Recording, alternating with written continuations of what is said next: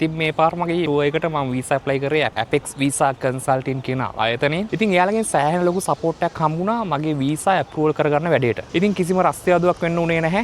මගේ තියෙන personal background එකට ගැලපෙන්න එයාලා වෙනම චෙක් ලිස්ට් එකක් දුන්නා ඩොකියුමන්ට් ටික හදාගන්න ඕනේ ටික. ඉතින් ඩොකියුමන්ට් ටික එකතු කරගන්න මට දවස් කිහිපයක් ගියා. ඉතින් මම ඩොකියුමන්ට් ටික රෙඩි කරගෙන ඒව සේරම එයාලගේ ඔෆිස් එකට කුරියර් කරා. කුරියර් කරලා දවස් දෙකක් ගියාට පස්සේ එයාලා ඩොකියුමන්ට් ටික චෙක් කරලා මට දවස් දෙකක් ඇතුළතම අපොයින්ට්මන්ට් එකක් දාලා දුන්නා VFX එකේ. ඊට පස්සේ මම මේ ඩේට් එකට VFX ඔෆිස් එකට ගිහිල්ලා ඩොකියුමන්ට් ටික සබ්මිට් කරා. ඉතින් සබ්මිට් කරලා දවස් කිහිපයක් ඇතුළත මට වීසා ආවා. ඉතින් මේ කම්පැනි එකේ වීසා හැන්ඩල් කරන හැම ඔෆිසර් කෙනෙක්ටම හොඳ නොලෙජ් එකක් තියෙනවා මේ ගැන. ඒකින්ද ඔයාලට ඕන වෙලාවක කතා බහ කරලා ඔයාලට ඒ ගැටලු තියෙනවා නම් එයාලගෙන් ගන්න පුළුවන් අදාළ කරන කන්සල්ටින් සර්විස් එක. ඉතින් මම ඕන කෙනෙක්ට විශ්වාසයෙන් රෙකමෙන්ඩ් කරනවා Apex Visa Consulting කම්පැනි එක. ඉතින් ඔයාලටත් ඉතාලි විතරක් නෙමෙයි ඕනම රටකට වීසා ඇප්ලයි කරන්න අවශ්‍යයි නම් ඉතින් මම රෙකමෙන්ඩ් කරනවා highly රෙකමෙන්ඩ් කරනවා Apex Visa Consulting ආයතනය.